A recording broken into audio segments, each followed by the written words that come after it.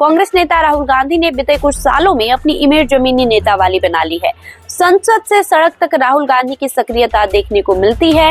राहुल की जमीनी स्तर पर कड़ी मेहनत का ही नतीजा है कि कांग्रेस का 2024 के लोकसभा चुनाव में उम्मीद से बेहतर प्रदर्शन रहा, लेकिन राज्यों के विधानसभा चुनाव में कांग्रेस का ग्राफ लगातार गिरता जा रहा है। आपको बता दें कि राज्यों के विधानसभा चुनाव में कांग्रेस और राहुल गांधी का कोई पैतरा काम नहीं आ रहा है। हाल में दिल्ली, हरियाणा और महाराष्ट्र विधानसभा चुनाव में कांग्रेस को करारी हार मिली है।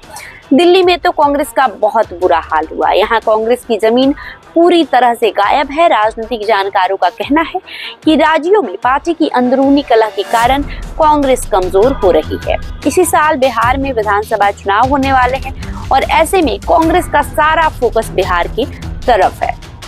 लेकिन हरियाणा का अंदरूनी कलह खुलकर सामने आने लगा है, जो कांग्रेस के लिए खतरे की घंटी साबित हो सकता है।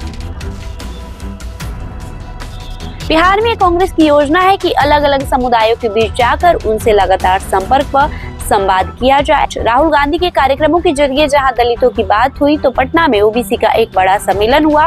कांग्रेस इस कार्यक्रम के जरिए ओबीसी समुदाय तक अपनी पैठ बनाने की कोशिश में है। जहां यादव समुदाय राजद के साथ है, तो वही कांग्रेस यादव के अलावा पिछड़ों के जो दूसरे समुदाय हैं, जिनमें कोयरी, कुर्मी, इन सब के बीच अपनी मौजूदगी बनाना चाहती है। पलायन को मुद्दा बना रही कांग्रेस देश भर को सबसे ज्यादा प्रवासी श्रमिक देने वाले बिहार में इस बार कांग्रेस ने रोजगार के लिए हो रहे पलायन को ही चुनाव का सबसे अहम मुद्दा बनाने की तैयारी की है। इस बार चुनाव में जमीन पर पार्टी आंदोलन की तर्ज पर पलायन के मुद्दे को उठाएगी।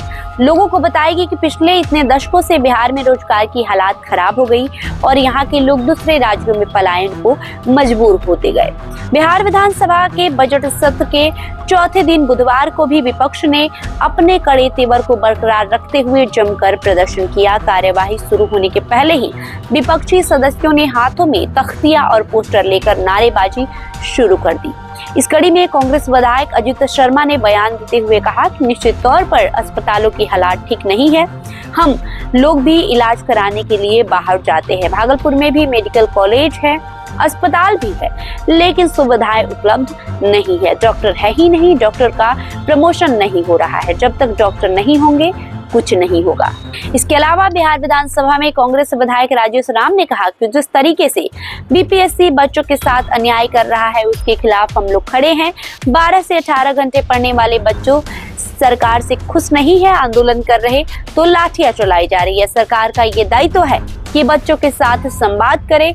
इससे पहले भी मंगलवार को सदन में सत्ता पक्ष और विपक्ष के सदस्यों के बीच नोकझोंक देखने को मिली थी। उधर हरियाणा कांग्रेस में घमासान जारी है। बुधवार को हुई एआईसीसी मीटिंग में खूब तनाव दिखा। विधानसभा चुनाव में हार के 4 महीने बाद हुई इस बैठक में पार्टी के बड़े नेता आमने सामने थे। मीटिंग में नए पीसीसी और सीएलपी नेता चुनने का मुद्दा गरमाया रहा। बैठक के माहौल तनावपूर्ण थे। वरिष्ठ नेताओं की चुप्पी ने इस तनाव को और बढ़ा दिया और बिहार चुनाव से पहले हरियाणा में अंदरूनी कलह का खबरें कांग्रेस के लिए घातक साबित हो सकती है। हालांकि राहुल गांधी समेत कांग्रेस के दिग्गज नेता इस पूरे मामले पर नजर बनाए हुए हैं। तो आपको बता दें कि कहीं न कहीं जिस तरीके से हरियाणा में पार्टी में अंदरूनी कलह हो रही है, इसका असर बिहार विधानसभा चुनाव में भी देखने को मिल सकता है। हालांकि इधर बिहार में देखें तो बजट सत्र चल रहा है और कांग्रेस के जितने भी नेता हैं, विधायक हो, लगातार सक्रिय नजर आ रहे हैं। चाहे बीपीएससी का मुद्दा हो, हॉस्पिटल का मुद्दा हो, चिकित्सा का मुद्दा हो, लगातार कांग्रेस विधायकों द्वारा उठाया जा रहा है और इससे ये साफ पता चलता है कि कांग्रेस पार्टी बिहार विधानसभा चुनाव को लेकर पूरी तरीके से सक्रिय है। बहरहाल आपका जो भी राय होगा हमें कमेंट बॉक्स में लिखकर जरूर बताएं। बहुत बहुत शुक्रिया।